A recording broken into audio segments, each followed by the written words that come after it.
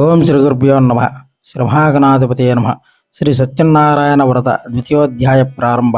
ఓం మునిశ్రేష్ఠులారా, పూర్వం ఈ వ్రతం ఆచరించిన వారి కథ చెబుతున్నాను వినండి. పూర్వం కాశీనగరమున ఒక బ్రాహ్మణుడు ఉండేవాడు. అతడు దరిద్రుడు అవటం వల్ల అన్నవస్త్రాలు లేక ఆకలితే బాధపడుతూ ప్రతి ఇల్లు కూడా తిరుగుతూ ఉండేవాడు. భగవానుడు బ్రాహ్మణ ప్రియుడు కావున ఆ బ్రాహ్మణ విధంగా దుర్భరమైన కష్టాలు అనుభవించి చూచి తాను ఒక వృద్ధ బ్రాహ్మణ రూపం పొందినవాడై ఆ బేద బ్రాహ్మణుడు ఎదురుగా పోయి ఈ విధంగా అడుగుతూ ఉన్నాడనమాట. ఓయి బ్రాహ్మణుడా, నీవు వేద విధులవై ఉన్నావు కదయ్యా, ఇట్లా దరిద్రము అనుభవించు తిరుగుతున్నావేమని చెప్పి కూడా అడుగుతాడనమాట.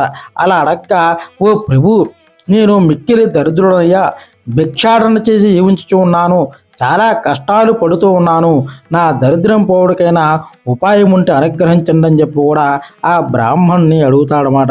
అప్పుడు ఆ వృద్ధ బ్రాహ్మణుడు, ఓయి బ్రాహ్మణుడా, శ్రీ సత్యనారాయణ స్వామివారు శ్రీహరి అవతారమై ఉన్నారయ్యా, ఆ సత్యదేవుని సేవించినచో నీ కష్టాలు తిరిగిపోతాయి అని ఆ విధంగా చెప్పి వృద్ధ బ్రాహ్మణుడు ఆ వ్రతము ఆచరించు విధానము కూడా చెప్పి అక్కడే అదృశ్యుడవుతాడనమాట.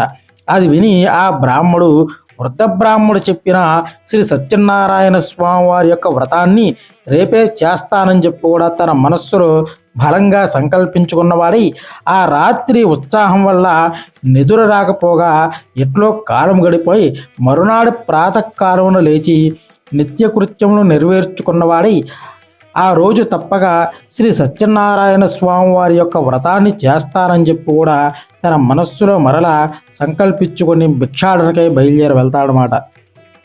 ఆ దినమున బ్రాహ్మడుకు చాలా ద్రవ్యం లభిస్తుంది. దానితో అతడు బ్రాహ్మణులను బంధువులను పిలుచుకొని భక్తి శ్రద్ధలతో శ్రీ సత్యనారాయణ స్వామి వారి యొక్క వ్రతాన్ని ఆచరిస్తాడనమాట.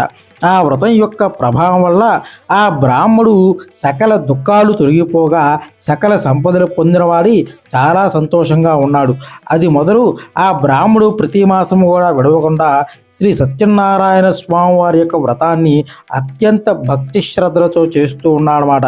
ఈ విధంగా ప్రతి మాసము సత్యనారాయణ వ్రతం చేయటం వల్ల ఆ బ్రాహ్మడు మహదైశ్వర్యవంతుడయే కాక సకల పాపాల నుండి కూడా విముక్తిని పొందినవాడి అంత్యమున మోక్షాన్ని కూడా పొందాడు.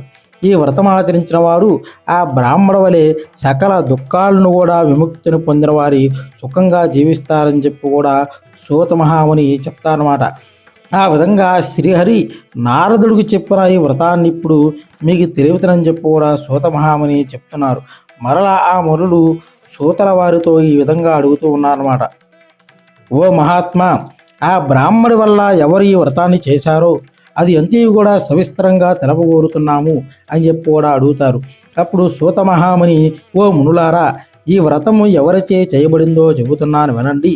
ఒకప్పుడు బ్రాహ్మడు అత్యంత భక్తి శ్రద్ధలతో ఈ వ్రతము చేయుచుండగా బంధువులు స్వజనులు కూడా వచ్చి ఆనందంగా వ్రత కథ వింటూ ఉన్నారన్నమాట. ఆ విధంగా బ్రాహ్మడు వ్రతము చేయుచుండగా కట్టెలమ్మకును జీవించేవాడొకడు వచ్చి కట్టెల కావడి వీధిలో నుంచి లోపలికి వచ్చి వ్రతాన్ని కూడా చూస్తాడనమాట. కట్టెలమ్మతుడు మిగుల ఆకలి దప్పులతో నుండి ఆ బ్రాహ్మడు చేయుచుందంతా కూడా చూచి ఆ బ్రాహ్మణును ఈ విధంగా అడుగుతూ ఉన్నాడు. ఓ మహాత్మా, మీరు చేయుచున్న ఈ వ్రతం ఏమిటయ్యా? ఈ వ్రతము చేసిన ఏమి ఫలితాలు కలుగుతాయి? దయతో విషయమంతేగా తెలపగోరుతున్నానని చెప్పి కూడా అడుగుతాడు. అప్పుడు ఆ బ్రాహ్మడు ఈ విధంగా చెప్తున్నాడు. ఓయి, ఇది శ్రీ సత్యనారాయణ స్వామి వారి యొక్క వ్రతమయ్యా. ఈ వ్రతాన్ని ఆచరించిన సకల కోరికలు సిద్ధిస్తాయి, సకలైశ్వర్యాలు కూడా కలుగుతాయి అని చెప్పి కూడా చెప్తాడనమాట.